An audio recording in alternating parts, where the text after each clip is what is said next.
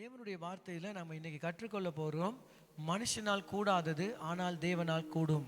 நிறைய விஷயங்கள் மனுஷனால் கூடாதது, ஆனாலும் தேவனால் எல்லாமே கூடும். அதான் நம்ம இன்னைக்கு கடவுளுடைய வார்த்தையிலிருந்து கற்றுக்கொள்ள போகிறோம். சரி, இன்னைக்கு தலையாங்க என்னது? மனுஷனால் கூடாததெல்லாம் தேவனால் கூடும். எத்தனை பேர் நான் சொல்வதை கேட்டுக்கிட்டு இருக்கீங்க? ஆமென், அல்லேலூயா. மனுஷனால் கூடாததெல்லாம் தேவனால் கூடும். ஓகே, சரி, நாங்கள் ஆண்டவருடைய வார்த்தைக்கு செல்வோம். மார்க்கு சுவிசேஷம் 10ஆம் அதிகாரம் 27ஆம் வசனம். மார்க்கு சுவிசேஷம் 10ஆம் அதிகாரம் 27ஆம் வசனம் வாசிக்க கேட்போம்.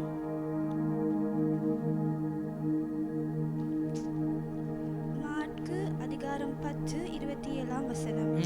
இயேசு அவர்களை பார்த்து, மனுஷரால் இது கூடாதுதான், தேவனால் இது கூடாததல்ல, தேவனாலே எல்லாம் கூடும் என்றார். தேவனால் எல்லாம் கூடும். எல்லாரும் சொல்லுவோம், தேவனால் எல்லாம் கூடும். சொல்லுவோம், அப்போ ஒரு அறிக்கை பண்ணுவோம். தேவனால் எல்லாமே எல்லாமே கூடும். சொல்லுங்க, தேவனால் எல்லாம் கூடும். ஆமென். மனுஷனால் கூடாததெல்லாம் தேவனால் கூடும். நான் உங்களுக்கு சொல்றேன், ஒருவேளை நீங்க மனுஷனா இருக்கீங்க, உங்க மனுஷனா நீங்க இருக்கும் பொழுது, ஐயோ எனக்கு இது முடியலையே, இதை என்னால செய்ய முடியலையே, இந்த காரியத்திலிருந்து எனக்கு மீள முடியலையே, இந்த பிரச்சனையிலிருந்து என்னால் ஜெயிக்க முடியலைன்னு ஒரு எண்ணம் வருமா இருந்தா நீங்க நினைக்கணும், என்னால முடியாட்டியும் நான் நம்புகிற தேவனால் முடியும். ஆமென். என் இயேசு எனக்கு எல்லாவற்றையும் செய்ய முடியும். என்னுடைய எல்லா பிரச்சனைக்கு தீர்வு கொடுக்க இயேசுவுக்கு முடியும். என் பிரச்சனைக்கு தீர்வு இல்லை அப்படின்னு நீங்க நினைக்கிறதா இருந்தா, அந்த இடத்துல நீங்க நினைக்கணும், தேவனால தீர்வை உண்டு பண்ண முடியும். என்னுடைய பிரச்சனையை முடிப்பதுக்கு தேவனால் முடியும். அல்லேலூயா. எத்தனை பேர் நம்புறீங்க? ஆமென். பாருங்க, முடியாதுன்னு நினைக்கிறத விட தேவனால் முடியும் என்று நினைப்பது தான் வாழ்க்கையில வெற்றி. ஆமென். நீங்க எப்படி விசுவாசிக்கிறீங்களோ அப்படி உங்க வாழ்க்கையில நடக்கும். எத்தனை பேருக்கு நான் சொன்னது கேட்டுச்சா? உங்களுக்கு நான் சொன்னது என்ன சொன்னேன்? நீங்க எப்படி விசுவாசிக்கிறீங்களோ அப்படித்தான் உங்க வாழ்க்கையில நடக்கும். எப்படி நீங்க விசுவாசிக்கிறீங்க? தேவனால இந்த பிரச்சனையை தீர்க்க முடியும்னு விசுவாசிச்சீங்கன்னா கண்டிப்பா அந்த பிரச்சனையை தீர்வை நீங்க காண்பீங்க. தேவனால இந்த பிரச்சனையை சந்திக்க முடியும் என்று நீங்க நினைச்சீங்கன்னா, விசுவாசிச்சீங்கன்னா அது அப்படியே நடக்கும். நான் உங்களுக்கு சொல்றேன், ஒரு சில காலங்கள் போகலாம் ஒரு சில விஷயங்களுடைய தீர்வை பெறுவதுக்கு. ஆனா நீங்க எவ்வளோ நாட்கள் கடந்தாலும் நீங்க விசுவாசிக்கிறத நிலைச்சு நின்னீங்கன்னா அந்த காரியத்தை, விசுவாசிச்ச காரியத்தை உங்க கண்ணால பார்ப்பீங்க. ஒரு சில ஜெபம் பண்ணிட்டு தேவனால் முடியும் அதை செய்வதுக்கு என்று நிற்கும் பொழுது ஒரு சில விஷயங்களுக்கு ஒரு சில நாட்கள் போகலாம், ஆனால் தேவன் அதை செய்வதுக்கு உண்மை உள்ளவராய் இருக்கிறார். ஆமென். அது தேவன் செய்து முடிப்பார். பாருங்க, இந்த கதை, இந்த வசனம், இதுக்கு பின்னணியை கொஞ்சம் போய் பார்த்தீங்கன்னு சொன்னா, தேவன் இயேசு இதை சொல்லுவதற்கு காரணம் என்ன? தேவனால் முடியும், மனுஷனால் கூடாததெல்லாம் தேவனால் கூடும் என்று தேவன் சொல்வதுக்கு பின்னணி காரணத்தை போய் பார்க்கணும். என்ன பின்னணி? ஒரு பின்னணி ஒன்று இருக்கு. இந்த கதைக்கு பின்னணியில ஒரு விஷயம் இருக்குது. என்ன விஷயம்னா, ஒரு பணக்கார வாலிபன் இயேசு அண்டையில் வருகிறான். அவன் வந்து சொல்றான், நீர் நித்திய ஜீவனை நான் பெறுவதற்கு என்ன செய்ய வேண்டும்? அப்ப இயேசு அவனை பார்த்து சொல்றாரு, நீ நியாயப்பிரமாணத்தில் இருக்கிறது எல்லாத்தையும் கை கொள்ளணும். அவன் சொல்றான், ஐயா, என் சிறிய பயம் முதல் கொண்டு நான் நியாயப்பிரமாணத்தில் இருக்கிற எல்லாத்தையுமே கை கொண்டுகிறேன் அப்படின்றான். ஆனா அவன் உண்மையிலே கை கொள்ளல. அவன் எப்படியாப்பட்டவனா இருக்கிறான்னு சொன்னா, கை கொள்றேன்றான், ஆனா கை கொள்ளாம இருக்கிறான். அப்ப இயேசு அவனை பார்த்து சொல்றாரு, உனக்கு ஒரு குறை உண்டு, உனக்கு பண இச்சை இருக்கு, அந்த பண இச்சைய நீ போக்கணும் இருந்தா எல்லாத்தையும் வித்து ஏழைகளுக்கு கொடுத்துருன்னு சொல்றாரு. சொல்லும் போது இவன் மன துக்கத்தோட இயேசுகிட்ட இருந்து போயிட்டான். இப்ப என்ன விஷயம்னா, இயேசு இதுக்கு அடுத்த கதையை சொல்றாரு, பணக்காரன் தேவனுடைய ராஜ்யத்துக்கு பிரவேசிப்பது எத்தனை அரிதுன்னு சொல்றாரு. அப்படின்னா பணக்காரன் தேவ ராஜ்யத்துக்கு போக மாட்டான் அப்படின்னு சொல்லல, பணக்காரன் தேவனுடைய ராஜ்யத்துக்கு போறது கொஞ்சம் கஷ்டம், ஆனாலும் போகலாம் அப்படின்றாரு.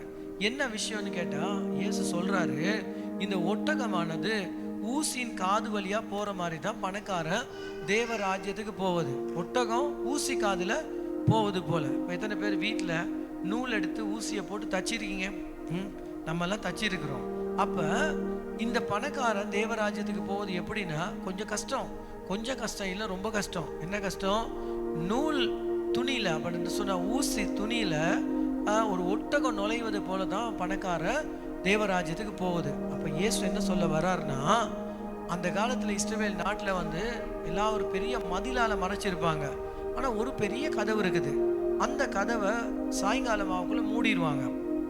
அப்ப இந்த வியாபாரத்துக்கு போன எல்லாரும் திருப்பி இந்த தேசத்துக்கு உள்ளுக்கு வரும்போது அந்த பெரிய கதவு மூடி இருக்கனால உள்ளுக்கு வர முடியாது. ஆனா ஒரு கதவு வச்சிருப்பாங்க. அதுக்கு தான் சொல்றது ஊசி நுழை என்கிற ஒரு கதவு, ஊசி நூல் என்கிற நுழை என்கிற ஒரு கதவு. அந்த கதவுக்குள்ள பூரணமா இருந்தா, இந்த ஒட்டகம் இந்த மனுஷன் எல்லாரும் பூரணமா இருந்தா என்ன பண்ணணும்? ஒட்டகத்தின் மேல வைக்கப்பட்டிருக்க மூட்டையெல்லாம் அவுத்தெடுத்து ஒன்னொன்னா கலட்டி உள்ளுக்கு போடணும். அதுக்கு பிறகு இந்த ஒட்டகத்தை அப்படியே பணிச்சு உள்ளுக்கு என்ன செய்யணுமா? தள்ளி விடணும். இதுக்கு எல்லாம் எவ்வளவு பெரிய வேலை இருக்கு, பெரிய ஒரு வேலை இருக்குது. தாழ்மைப்படணும், விளங்குதா? ஆண்டவர்கிட்ட வரும்பொழுது பண திமுரு, வாழ்க்கையில இருக்க திமுரு, எல்லா திமுறையும் எடுத்து என்ன செய்யணுமா? கலட்டி கீழே வைக்கணும். கீழே வச்சுதான் ஆண்டவருக்குள்ள பணிஞ்சு போகணும். அப்ப நான் சொல்றேன், பணக்கார கடவுளுக்குள்ள போறது இல்லாட்டி ராஜ்யத்துக்குள்ள போறது முடியாதது இல்லை, முடியும். ஆனா எப்படி முடியும்?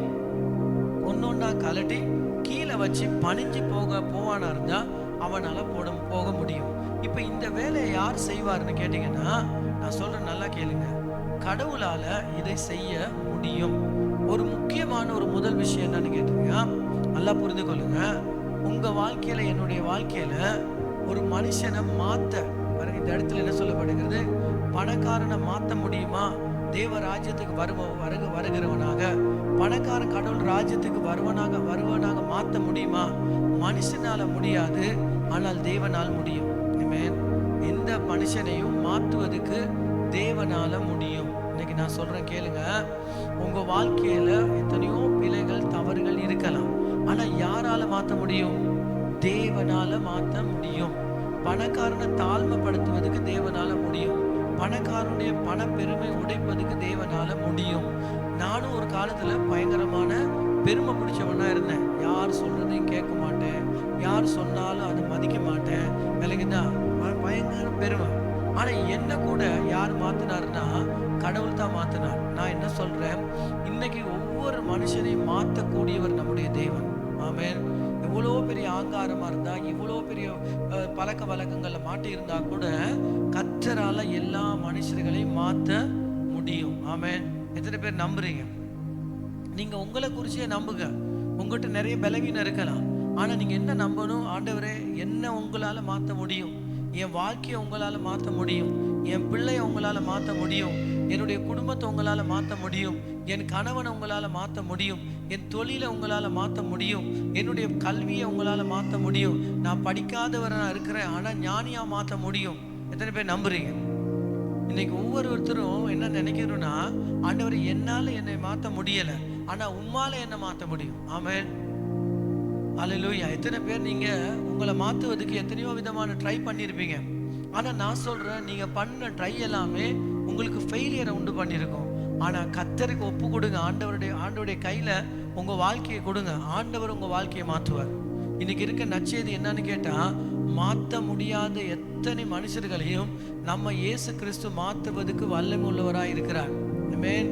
பிச்சை எடுத்து குடிச்சவங்க இருக்காங்க. ஒரு பாஸ்டர் இருக்கிறாரு, எரிக்னு சொல்லி, அவர் எப்படி பிச்சை எடுத்து கசிப்பு குடிச்சவர். பிச்சை வாங்கி ஒவ்வொருத்தர்கிட்ட போயிட்டு 2 ரூபா 3 ரூபா கையேந்து பிச்சை வாங்கி அதை கொண்டு போயிட்டு அந்த வடி சாராயம் குடிச்ச ஒரு மனுஷன். இன்னைக்கு நீங்க பாத்தீங்கன்னா அந்த மனுஷன் ஒரு வல்லமையான ஒரு ஊழியக்காரன், ஒரு கோடிக்கணக்கான பெருமதியான சபை நடத்துறார், ஆயிரக்கணக்கான ஜனங்க அவருடைய சபையில் இருக்காங்க. ஏன்? கர்த்தர் மாத்தி இருக்கிறார். ஆமென். கடவுள் வாழ்க்கைகளை மாத்துகிறவர். ஆமென். பொய் சொல்ற மனுஷனை மாத்த முடியும், சத்தியத்தை பேசுகிறவனாக மாற்ற முடியும். கெட்ட சாட்சியோடு இருந்தவனை நற்சாட்சி உள்ளவராய் கர்த்தரால் மாற்ற முடியும். நான் சொல்றேன், யாரையும் நமக்கு அடித்தமாக மாற்ற முடியாது. ஜெயில் ஒரு மனுஷனை மாத்தாது, போலீஸ் ஸ்டேஷன் ஒரு மனுஷனை மாத்தாது, ஆனா கோர்ட் ஒரு மனுஷனை மாத்தாது, ஆனா இயேசுவால மாற்ற முடியும். ஆமென். வாழ்க்கைகளை மாற்ற சொல்லுங்க, வாழ்க்கைகளை மாற்ற நம்ம ஆண்டவராகிய இயேசுவுக்கு முடியும். சொல்லுங்க, முடியும். என்னால முடியாது, என் சபையால முடியாது, ஆனால் கர்த்தரால முடியும். நான் சொல்றேன், நம்ம ஜெபிக்கும் பொழுது கூட என்ன சொல்றோம் தெரியுமா? ஆண்டவரே, நான்ல உங்களால செய்ய முடியும். ஜெபம் பண்றோம் எப்படின்னா, கடவுள் ஒரு காரியத்தை செய்யும்படியாக. ஏன் நம்ம ஜெபம் பண்றோம்? ஏன் முழங்கால் படிக்கிறோம்? ஏன் ஆண்டோட சமூகத்துல நிக்கிறோம்னா, ஜெபம் கூட நம்ம சொல்றோம், கர்த்தாவே இதை நல்லா செய்ய உம்மால முடியும். ஆமென். ஜெபத்தில் என்ன சொல்றோம்? கர்த்தாவே, உம்மால எல்லாத்தையும் நலமாய் செய்வதற்கு முடியும். உம்மால ஆகாதது ஒன்றுமே கிடையாது. எத்தனை பேர் நம்புறீங்க? இந்த காலையில் இருக்க குட் நியூஸ் என்ன தெரியுமா? கர்த்தருக்கு உங்க வாழ்க்கையில செய்வதற்கு ஆகாதது என்று ஒன்றுமே இல்லை. ஆனா ஒரு விஷயம் ஆண்டவர் உங்ககிட்ட கேட்கிறாரு. என்ன விஷயம் தெரியுமா? அவருக்கு தேவை உங்ககிட்ட ஒரு தகுதி. நான் சொல்றேன் கேளுங்க. ஒரே ஒரு தகுதியை கர்த்தர் உங்ககிட்ட இருந்து எதிர்பார்க்கிறார். அதான் மார்க்கு 9ஆம் அதிகாரம் 23ஆம் வசனம். மார்க்கு 9:23. கர்த்தர் உங்களை மாத்துவதற்கு உங்ககிட்ட ஒரு தகுதியை கேட்கிறார். உங்க சூழ்நிலைகளை மாத்துவதற்கு உங்ககிட்ட இருந்து ஒரு தகுதி கேட்கிறார். இது இருந்தா உங்களை அவருக்கு மாத்த முடியும். அப்படின்னா வாசிப்போம், அந்த வசனத்தை வாசிங்க. மார்க் 9ஆம் அதிகாரம் 23ஆம் வசனம். மார்க்கு அதிகாரம் 9:23ஆம் வசனம். இயேசு அவனை நோக்கி, நீ விசுவாசிக்க கூடுமானால் ஆகும், விசுவாசிக்கிறவனுக்கு எல்லாம் கூடும். சொல்லுங்க, விசுவாசித்தால் ஆகும், விசுவாசிக்கிறவனால் எல்லாம் கூடும். என்ன சொல்லுகிறது இங்க? எத்தனை பேர் கேட்டுக்கிட்டு இருக்கீங்க? ஆமென். பாருங்க, விசுவாசிக்கிறவனுக்கு ஆகும், விசுவாசிக்கிறதுனால எல்லாம் கூடும். சொல்லுங்க, எல்லாம் கூடும். எல்லாம் கூடும் யாருக்கு?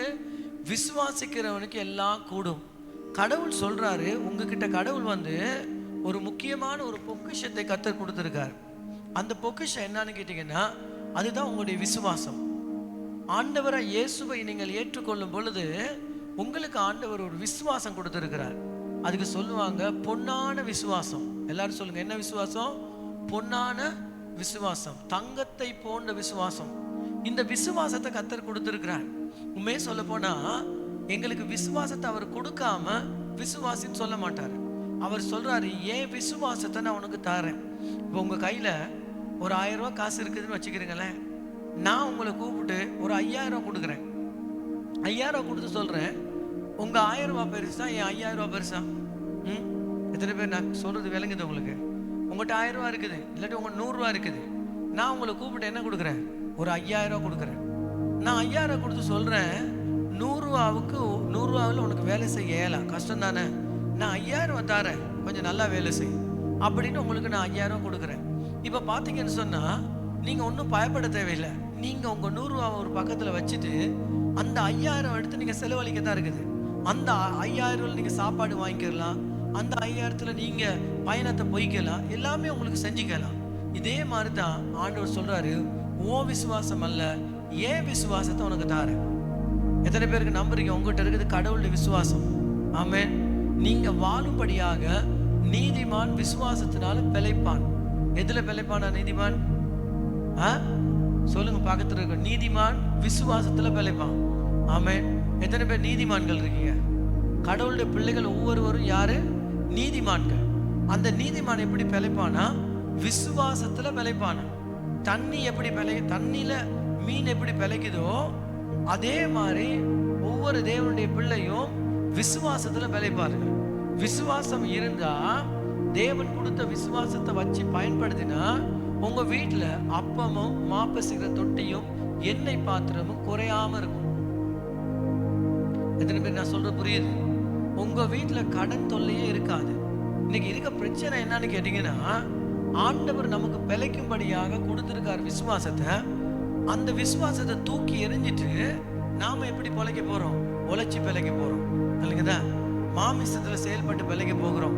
நாம மனுஷனை நம்பி பிழைக்க போறோம்.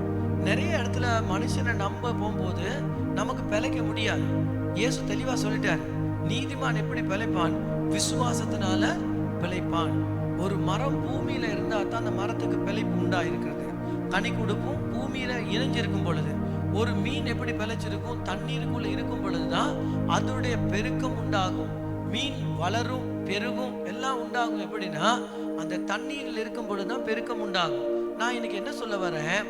கடவுளுடைய பிள்ளை. நீ யாருடைய பிள்ளை? யாருடைய பிள்ளை? நீங்க தேவனுடைய பிள்ளைகள். நீங்க யாரு? நீங்க நீதிமான்கள். அப்ப நீதிமான் எப்படி பிழைப்பானா? விசுவாசத்தினால் தான் நீதிமான் பிழைப்பான். ஆமென். எப்படி நீதிமான் பிழைப்பான்? விசுவாசத்தினால் நீதிமான் என்ன செய்வானா? பிழைப்பான். ஆமென்.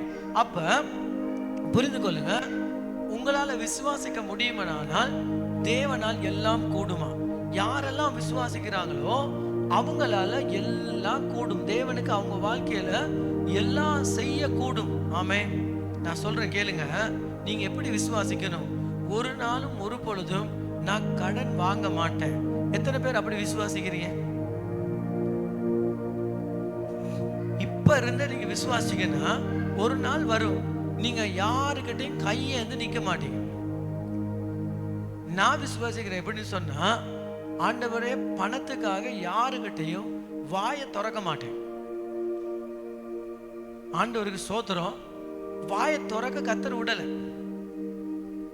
புரியுதா நான் சொல்றது? யாருக்கிட்டையும் போயிட்டு நம்ம தேவைக்காக வாயை திறக்க கர்த்தர் விடல. நான் விசுவாசிக்கிறேன். எப்படி விசுவாசிக்கிறேன்?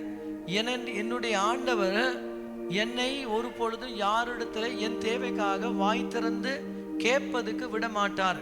அதுக்கு முன்பதாகவே என் தேவைகளை அவர் சந்திப்ப முடியும் என்று நான் விசுவாசிக்கிறேன். என் தேவைகள் எழும்ப முன்பதாகவே என் தேவன் என் தேவைகளை சந்திப்பதுக்கு முடியும் என்று நான் விசுவாசிக்க ஆரம்பிச்சிட்டேன்.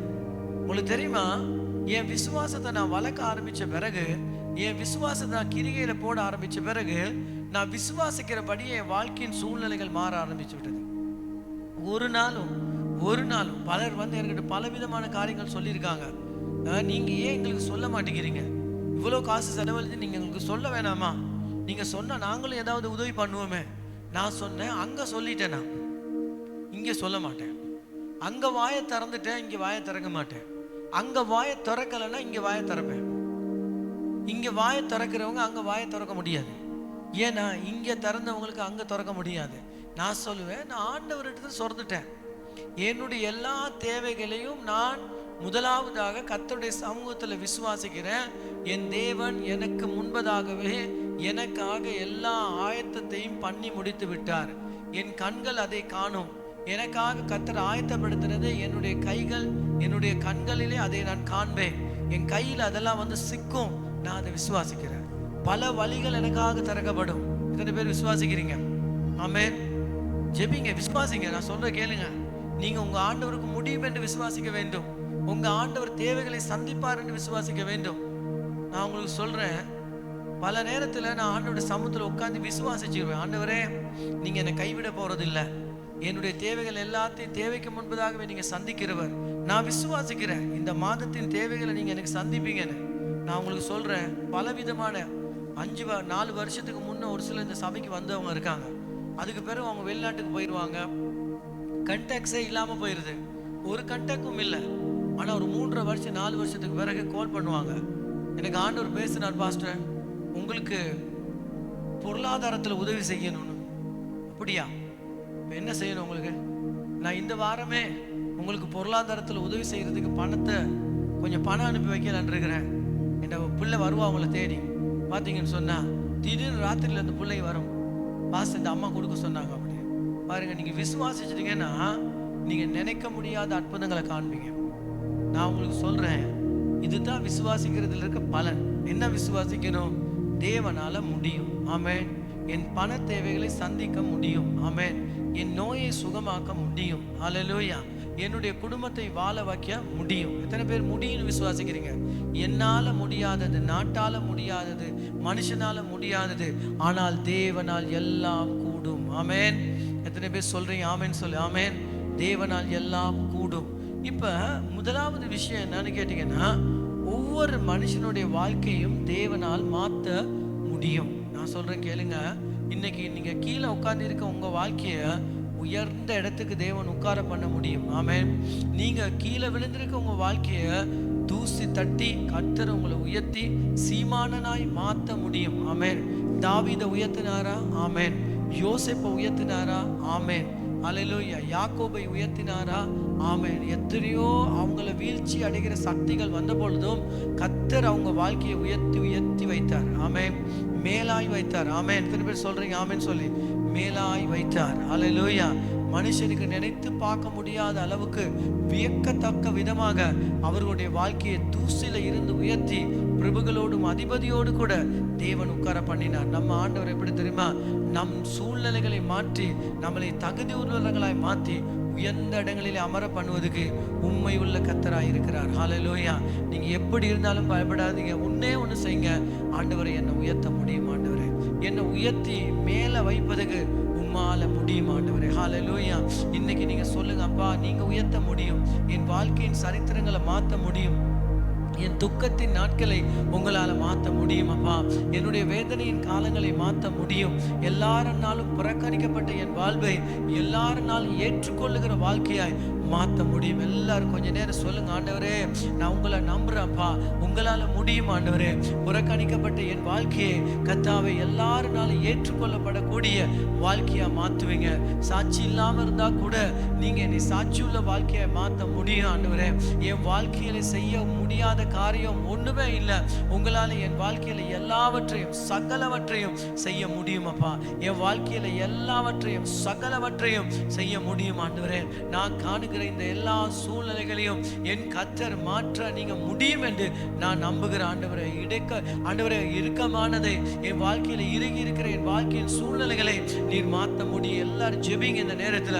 ஆண்டவருடைய ஆவியானவர் இன்னைக்கு உங்களுக்கு ஊழியம் செய்கிறார். உங்களுடைய கட்டுகளை உடைத்து உங்கள் தடைகளை உயர்த்தி உங்கள் விசுவாசத்தை உயர்த்தும் பொழுது தேவனால் முடியும் என்று நீங்கள் விசுவாசிக்கும் பொழுது எல்லாமே ஆக ஆரம்பிக்கும். தேவன் சொன்னார், விசுவாசிக்க முடியுமானால் எல்லாம் கூடும் என்று தேவன் சொன்னார். நீ விசுவாசிப்பாய் ஆனால் எல்லாமே ஆகும் என்று சொன்னார். தேவனுக்கு உங்க வாழ்க்கையில் எல்லாமே செய்ய முடியும். ஹல்லேலூயா. பரிசுத்த ஆவியானவரே இன்னைக்கு நீங்க ஊழியம் பண்றதுக்காக நன்றி. விசுவாசிக்கிற ஒவ்வொருவரும் ஆண்டவரே மகிமை காணுகிறதுக்காக நன்றி. இவருடைய விசுவாசம் ஆண்டவரே கட்டப்படட்டும், விசுவாசம் உயர்த்தப்படட்டும், விசுவாசம் ஆண்டவரே சென்குத்தை போல எழும்பட்டும் ஆண்டவரே.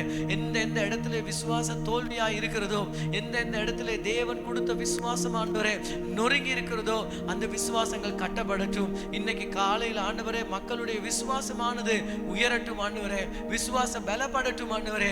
தேவனால் எல்லாம் முடியும், தேவனால் எல்லாம் ஆகும், தேவனால் எல்லாம் கூடும். விசுவாசிக்கும் பொழுது ஆண்டவரே பெரிய அற்புதங்களை காணுகிறதுக்காக நன்றி. கடனை தீர்த்து வைக்க தேவனால் முடியும், வட்டி சாபத்திலிருந்து விடுதலை செய்ய தேவனால் முடியும் ஆண்டவரே. என்னுடைய வங்கியில இருக்கிறதான எல்லா குறைவுகளை நிறைவாக்குமால முடியும் ஆண்டவரே. என்னுடைய நஷ்டங்களை லாபமாய் மாற்றுவதற்கு முடியும். இனிமேல் என் வாழ்க்கையில ஒரு நாளும் ஒரு ரூபாய் கூட ஆண்டவரே என் பணம் வீணடிக்க போவதில்லை. நீங்க ஆசீர்வாதமாய் எல்லாத்தையுமே சாபமானது நஷ்டமானது எல்லாமே ஆசீர்வாதமாய் மாற்ற உங்களால முடியும் ஆண்டவரே. உங்களால் ஆகாதது ஒன்றுமே இல்லப்பா. எனக்கு லாபத்தினால் நிறைந்து ஆசீர்வாதமாய் நிறைந்து வாழ செய்ய உம்மால முடியும் ஆண்டவரே. உம்மை விசுவாசிக்கிறேன் ஆண்டவரே. ஹல்லேலூயா. நன்றி அப்பா. கர்த்தருக்கு ஸ்தோத்திரம்.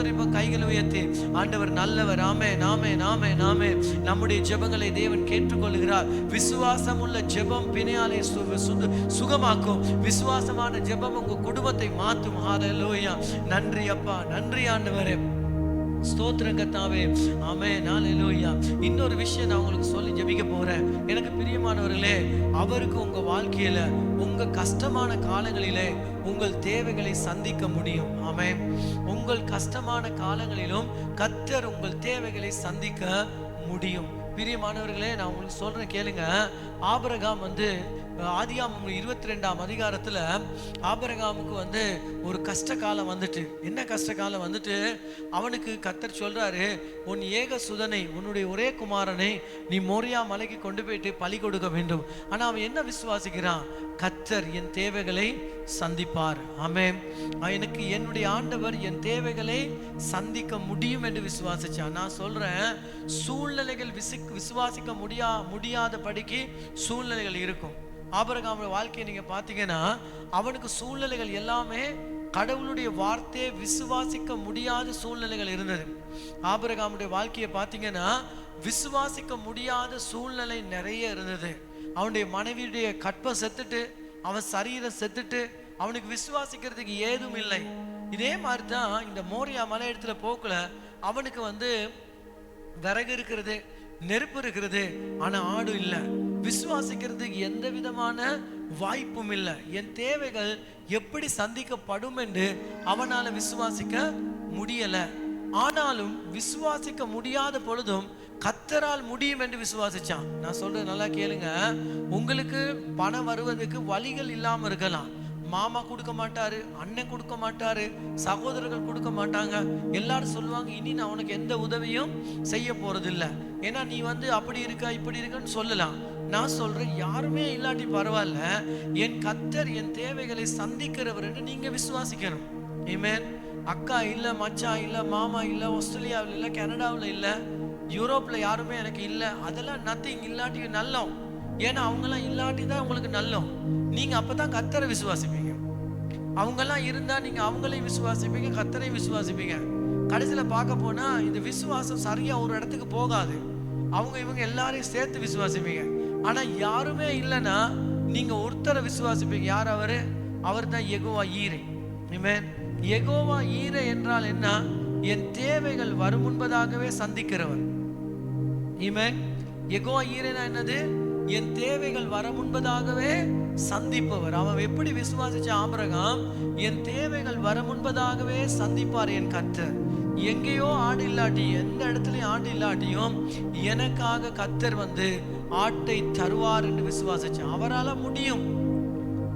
பாருங்க, மோரியா மலை மேல ஒரு ஆடு போகாது. ஒரு ஆடு எங்க இருக்கும்னு சொன்னா, ஆடு கீழே தான் இருக்கும். சமபூமியான இடங்கள்ல தான் ஆடுகள் நடந்தும். அது மலையில ஏறி போக முடியாது. பல உயரமான உச்சி மலைக்கு ஆடுக்கு போக முடியாது. ஆனா கர்த்தர் என்ன செய்தாரு? காலையிலே ஒரு ஆட்டை தண்ட மந்தையில இருந்து வெளியே வர பண்ணி அந்த ஆடை கர்த்தர் கூட்டிட்டு போறாரு. எங்க கூட்டிட்டு போறாரு? மோரியா மலைக்கு மேல கொண்டு போறாரு. ஏன்? அங்க ஒருத்தன் விசுவாசிக்கிற ஒருத்தன் வந்துட்டான். யார விசுவாசிக்கிறான்? அவன் யாரையும் விசுவாசிக்கல. அவன் விசுவாசிக்கிறான் யார? கர்த்தரை விசுவாசிக்கிறான். நான் சொல்றேன், நீங்க பாக்கியவான்கள். தேவனை மட்டுமே விசுவாசிச்சா, உங்க உணவுக்காக கர்த்தரை விசுவாசிப்பீங்களா இருந்தா, உங்கள் உடைகளுக்காக கர்த்தரை விசுவாசிப்பீங்களா இருந்தா, உங்க குடும்பத்துக்காக நீங்க கர்த்தரை விசுவாசிங்களா, நீங்க பாக்கியவான்கள். ஆமென். எத்தனை பேர் ஆமென் சொல்றீங்க? கொஞ்சம் சத்தமா சொல்லுங்க. ஆமென். அல்லேலூயா. நீங்க விசுவாசிப்பீங்களா இருந்தா, என் தேவையை என் தேவன் சந்திப்பவர். மகன் கேட்கும் போது என்ன சொல்றார் ஆபிரகாம்? மகனே, என் கர்த்தர் தேவையை சந்திப்பார். கர்த்தருக்கு தேவையை சந்திக்க முடியும். அல்லேலூயா. எத்தனை பேர் அப்படி வீட்டில் இருக்க சொல்லுவீங்களா? நீங்க விசுவாசி சொல்றீங்களா? தம்பி, ஆண்டவர் பார்த்து கொள்வார்டா, நீ ஒன்னும் யோசிக்காத, உன்னை ஆண்டவர் விடுதலை செய்வாரு. உன் பண தேவையை தேவன் சந்திப்பாரு. உன் ஸ்கூல் ஃபீஸ் தேவன் சந்திப்பாரு. அவரை விசுவாசி ஐயா. அவரை விசுவாசிச்சா நீ தோல்வி அடைய மாட்ட. அவரை விசுவாசிச்சா உன் வாழ்க்கை நல்லா வரும்.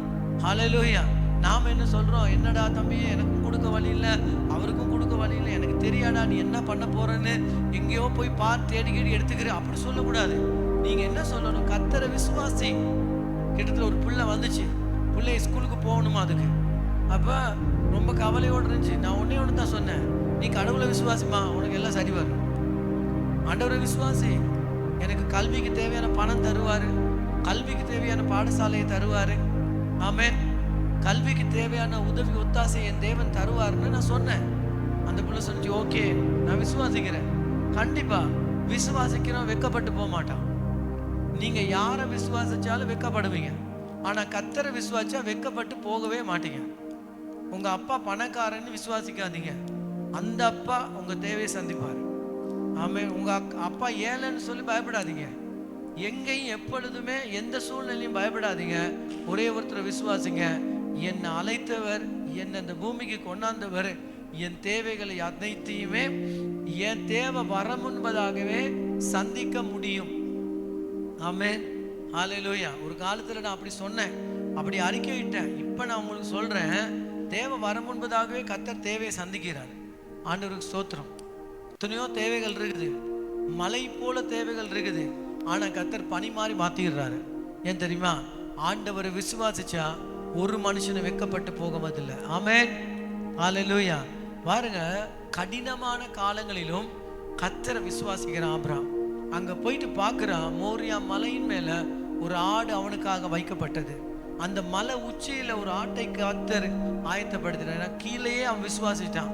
வீட்டுல இருந்து வரும்போதே விசுவாசிட்டு வாரான், என் கர்த்தர் என் தேவைகளை சந்திக்க முடியும். ஆமென். எத்தனை பேர் நம்புறீங்க? என் கர்த்தர் சொல்லுவோம், என் கர்த்தர் சொல்லுவோம், என் கர்த்தர் என் தேவைகளை சந்திக்க முடியும் என்று நான் விசுவாசிக்கிறேன்.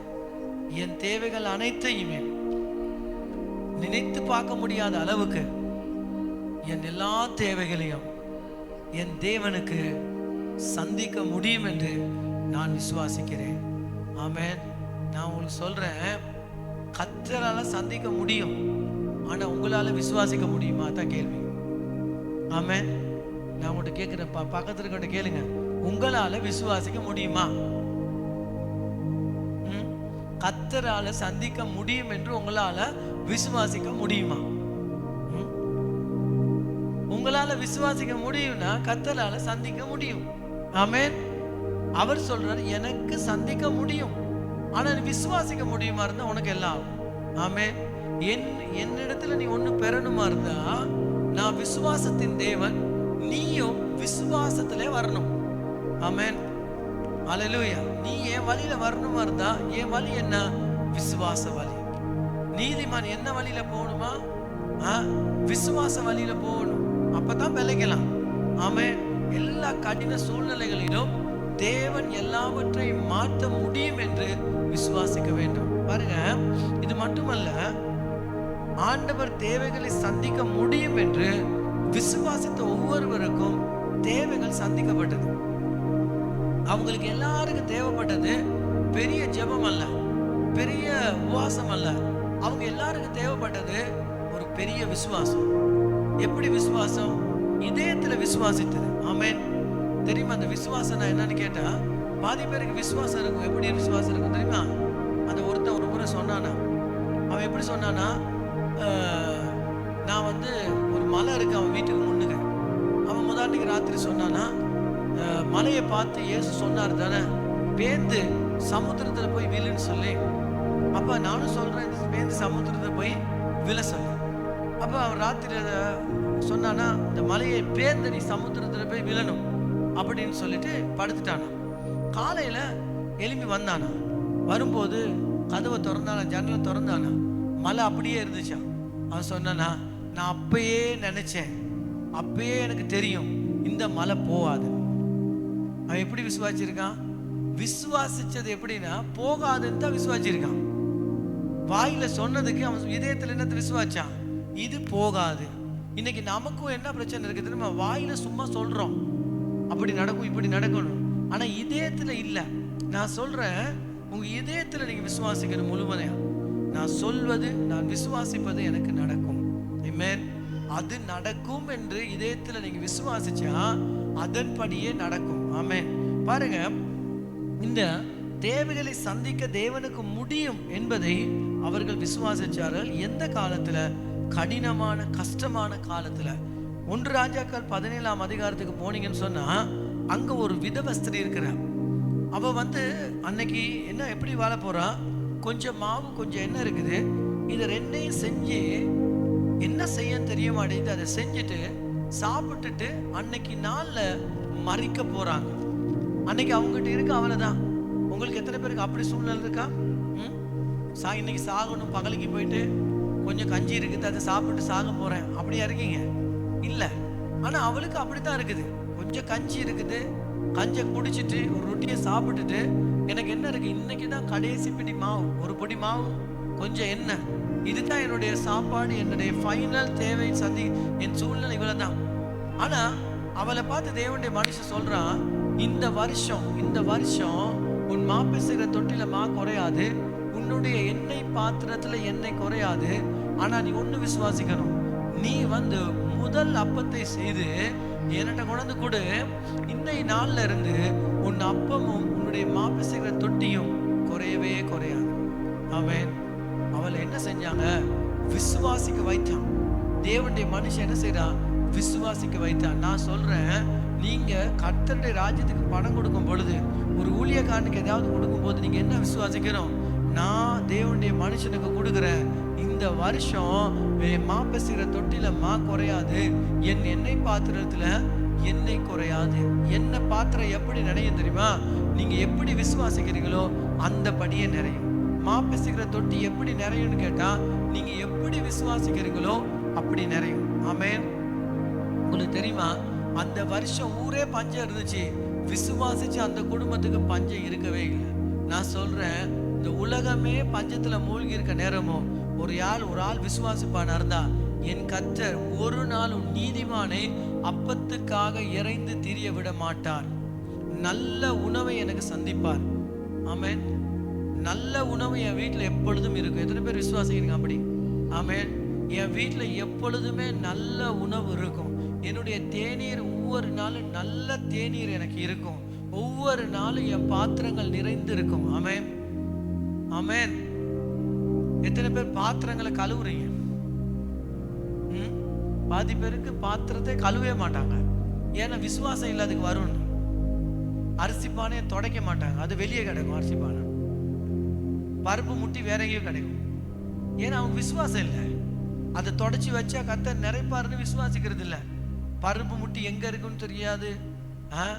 பாதி பேருடைய அரிசி பானை பருப்பு முட்டியெல்லாம் பழைய சாமம் போட்டிருப்பாங்க. ஏன்னா இவங்களுக்கு விசுவாசம் இல்லை. இதெல்லாம் கர்த்தர் நிறைப்பாரு. இத்தனை பேர் நம்புறீங்க? நிறைங்க, கழுவுங்க, முட்டியை கழுவி வைங்க, விசுவாசிங்க, இந்த பருப்பு பானை நிறைஞ்சிருக்கும். ஆமென். பாதி பேர் என்னன்னா, இந்த அரிசி பானையெல்லாம் 1 கிலோ போடக்கூடிய அரிசி பானை தான் வாங்கி வச்சிருப்பாங்க. ஏன்னா அவங்க விசுவாசம் எப்படின்னு சொன்னா, 1 கிலோவுக்கு தான் விசுவாசம். அவங்க விசுவாசத்தை கொஞ்சம் என்லார்ஜ் பண்ண மாட்டாங்க, பெருசாக்க மாட்டாங்க. உங்க பானைய பாத்திரத்தை பெருசாக்குங்க, விசுவாசிங்க, கர்த்தரால் அதை நிறைக்க முடியும் என்று. ஆமென். உங்களுக்கு தெரியுமா ஏன் இந்த இவ்வளோ பெரிய ஓலை வாங்கணும் தெரியுமா? என்னதுக்கு தெரியுமா? ஏன் வாங்கணும்? வசதியா உட்கார்ந்துருக்கீவா? இல்ல, கர்த்தர் இதை நிறைப்பதுக்கு உண்மை உள்ளவர். ஆமென். நான் விசுவாசிக்கிறேன், இது நிரம்பி வழியுது. நான் இன்னைக்கு சொல்றேன், ஒரு நாளைக்கு இதுல 4 ஆராதனை நடத்தும். ஆமென். ஒவ்வொரு ஆராதனையிலும் 600-700 பேர் உட்காருவாங்க. நான் அதை விசுவாசிக்கிறேன். ஆமென். அதனால தான் நம்ம இதுக்கு வந்தோம், இல்லாட்டி வந்திருக்க மாட்டோம். இருக்கீங்களா? ஆமென். ஏன் இந்த சர்ச்சுக்கு நாங்க வந்தோம்? ஏன் இவ்வளவு பெரிய இடத்த வாங்கணும்? 1,10,000 ரூபாய் ரெண்டு கட்டிக்கிட்டு இருக்கோம். ஏன் கட்டிக்கிட்டு வாங்கணும் தெரியுமா? இதை தேவன் நிறைப்பதுக்கு முடியும் என்று நான் விசுவாசிக்கிறேன். இந்த இடத்துல இருந்து நான் அறிக்கை இடுகிறேன், என் தேவன் இந்த இடத்தை நிறைப்பதுக்கு, ஆயிரக்கணக்கான ஜனங்களை இதுக்கு கொண்டாடுறதுக்கு என் தேவனால் முடியும் என்பதை நான் விசுவாசிக்கிறேன். நீங்க விசுவாசிக்கிறவங்க மட்டும் ஒரு ஆமென் சொல்லுங்க பாப்போம். இல்லைங்கதா? அதுக்கு தான் இங்க வந்திருக்கோம். நான் சொல்றேன், நீங்க எப்படி விசுவாசிக்கிறீங்களோ அப்படி நடக்கும். அல்லேலூயா. கொஞ்சம் நல்ல பர்சன் எடுங்க, அதுல கர்த்தர் பணம் கொடுக்க உண்மை உள்ளவர்னு விசுவாசிங்க. பாதி பேர் பேச பார்த்தா கிழிஞ்சு கிடக்குது. ஏன்னா அங்க சல்லி வைக்கவே முடியாது. புரியுது நான் சொல்றது? நான்லாம் இதை மாத்தினேன், பர்ஸை மாத்தினேன், இல்லைங்கதா, பேங்கை மாத்தினேன், எல்லாத்தையும் மாத்தினேன். ஏன் மாத்தினேன்? எல்லாத்தையும் நிறைக்க முடியும் தேவனால் என்று நான் விசுவாசிக்கிறேன். ஆமென். ஹல்லேலூயா. எத்தனை பேர் நம்புறீங்க? நீங்க சீக்கிரத்துல நான் வந்து பணம் என்ற மெஷின் வாங்கி வைக்கணும்னு விசுவாசிக்கிறேன். ஏன்னா கையில என்னக்குள்ள டைம் ஆகுது. எல்லாத்தையும் போட்டா பணத்தை மெஷின்ல போட்டீங்கன்னா கடன்னு எண்ணிடும். அப்படி வாங்கணும். நாங்க நீங்க முதல்ல வாங்கினா தான் ஆண்டவருக்கு செயல்பட முடியும். விசுவாசிக்கணும். அப்படி சேர்ச்சுக்கு அது தேவை. ஆமென். அல்லேலூயா. நான் விசுவாசிக்கிறேன், வெளிநாட்டுல இருந்து காசு வரும். எத்தனையோ பாவிகள் பணங்களை வச்சிருக்காங்க, அதெல்லாம் கர்த்தர் எங்களுக்கு கொண்டாந்து கொடுப்பாரு. நான் விசுவாசிக்கிறேன். விளங்குதா? துன்மார்க்கனுடைய பணங்கள் எல்லாம் எங்க வரும்? நீதிமானுக்காக தேவன் வைத்திருக்கிற அதெல்லாம் வரும், வந்து சேரும். எத்தனை பேர் விசுவாசிக்கிறீங்க? ஆமென். விசுவாசிக்க ஆரம்பிச்சோன்னா கொஞ்சம் கொஞ்சமா வர ஆரம்பிச்சிருக்கு. அங்கெல்லாம் இருந்து வருது. இன்னும் விசுவாசிக்க ஆரம்பிச்சா இன்னும் வந்துடும். ஆமென். சைலண்டா இருக்கீங்க? விசுவாசிக்கிறீங்களா? நான் வர ஆரம்பிக்கும் பாருங்க. இந்த இடத்துல அந்த விதவை ஆண்டவருடைய மனுஷன் வார்த்தையை விசுவாசிச்ச பிறகு, அது கடவுளுடைய வார்த்தை, அது தேவனுடைய வார்த்தைன்னு விசுவாசிச்சா அந்த வீட்டுல அந்த வருஷம் ஒரு குறையும் இருக்கல. ஆமென். எத்தனை பேர் நம்புறீங்க என் வீட்டுல ஒரு குறையும் இருக்காதுன்னு விசுவாசிக்கிறீங்களா? என் தேவன் எல்லா குறைகளையும் நிறைவாக்குவார். என் வீட்டுல மாவோ, வழங்குதா, எண்ணெயோ, பருப்போ, அரிசியோ ஒன்றும் குறையாது. எத்தனை பேர் விசுவாசிக்கிறீங்க? ஆமென். கண்டிப்பா அதன்படியே நடக்கும். ஆமென். இன்னொரு சம்பவம் பார்த்தீங்கன்னா, இந்த குறைவின் காலங்களில் கர்த்தர் நிறைவானதை கொடுத்தார்.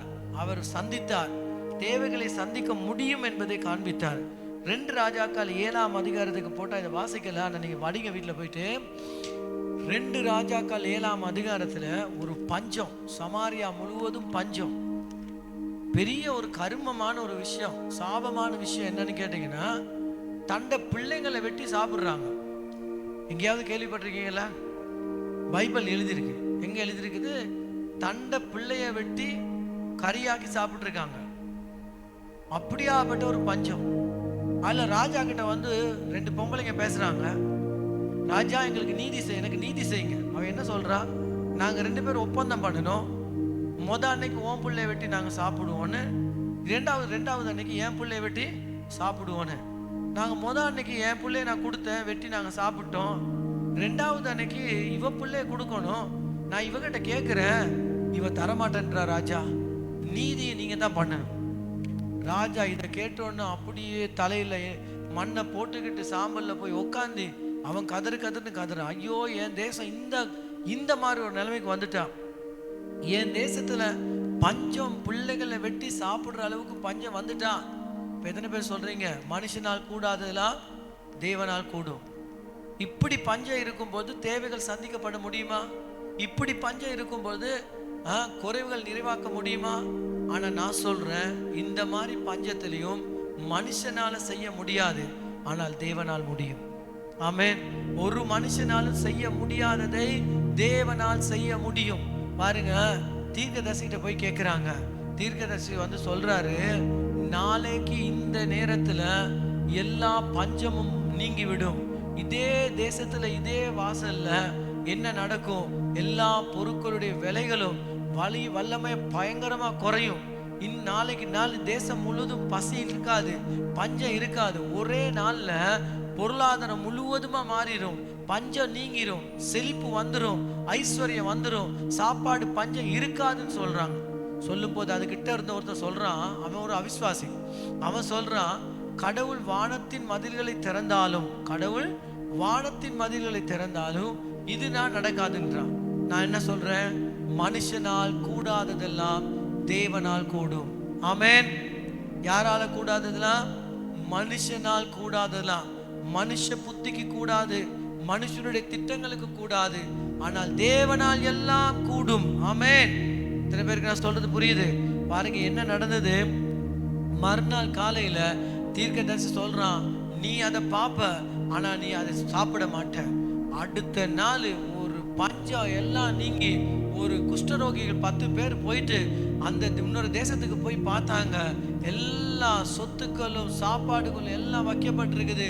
பஞ்சம் நீங்கிட்டு அந்த எல்லா இதுவும் போயிட்டு தேசத்துல உணவு நிறைய கொட்டுன்னு கொட்டுற அளவுக்கு உணவு வந்துட்டது. ஏன்? தேவனால் முடியும். எத்தனை பேர் சொல்றீங்க கர்த்தரால் முடியும்னு? ஆமென். ஒரு நாள் போதும் உங்களுடைய பஞ்சத்தை மாற்றுவதுக்கு, ஒரு நாள் போதும் உங்களுடைய பொருளாதாரத்தை தேவனால் மாற்றுவதுக்கு. நான் சொல்றேன், இன்னைக்கு நாள்ல நமக்கு தேவை ஒன்னே ஒண்ணுதான். நமக்கு தேவை விசுவாசம். விசுவாசத்துக்கு எதிராக இருக்கிற பிசாசுகள் இருக்கிறது. என்னது விசுவாசத்துக்கு எதிராக இருக்கிற பிசாசு? சந்தேகம், அவிசுவாசம், பயம். இந்த 3 பேயை விரட்டிடணும். நான் சொல்றது உங்களுக்கு புரியுதா? உங்க வாழ்க்கையில் அற்புதங்கள் நடக்கணுமா? கையை ஊத்துங்க பாப்போம். ஆமென். அதிசயங்கள் நடக்கணுமா? புதுமையான காரியங்கள் நடக்கணுமா? விரட்டணும். 3 பேய் இருக்கு. என்ன அது? அவிசுவாசம், சந்தேகம், பயம். உங்ககிட்ட அவிசுவாசம் இருக்குதா? நீங்க சொல்லணும், இயேசுவின் நாமத்தினாலே அவிசுவாசமே என்னை விட்டு போ. ஒரு சில விஷயங்களை நீங்க நம்பிக்கிட்டு இருப்பீங்க. பிசாசு வந்து உங்க மனசுக்கு போடுவான், நடக்காதுடா, அது ஆகாதுடா, அப்படி போடுவான். அது யார் பேசுறது? பிசாசு. ஏய், வாயை மூடு, போ. சந்தேகமே போ, அவிசுவாசமே போ, பயமே என்னை விட்டு போ. நான் சொல்றேன், இந்த 3 பேயை விரட்டிட்டீங்கன்னா உங்க வாழ்க்கையில நீங்க பெரிய காரியங்களை காண்பீங்க. ஆமென். ஏன் அந்த ஒரு மனுஷனுக்கு அந்த நாள்ல சாப்பிட முடியாம போயிடுச்சு? அவங்கிட்ட இருந்து அவிசுவாசம். அவன் சொன்னா, வானத்தின் கதவுகளை திறந்தாலும் கர்த்தரால் இது செய்ய முடியாதுன்னு சொன்னான். என்ன நடந்தது? அவன் அதை கண்டா, மெதிப்பட்டு செத்தா சாப்பிட முடியாம போயிட்டு. நான் இன்னைக்கு சொல்றேன், நம்ம வாழ்க்கையில கர்த்தர் செய்கிற பலத்த காரியங்களை காண முடியாத ஒரு பெரிய பிரச்சனை இருக்கு. என்ன தெரியுமா? அவிசுவாசம், சந்தேகம், பயம். ஆமென். அதுகளை விரட்டுனீங்கன்னா நீங்க வாழ்க்கையில பெரிய வெற்றிகளை அடைவீர்கள். ஆமா, நாங்க எழுப்பி ஜெபம் பண்ணுவோம். இந்த நாள்ல கர்த்தரால் எல்லாம் கூடும், மனுஷனால்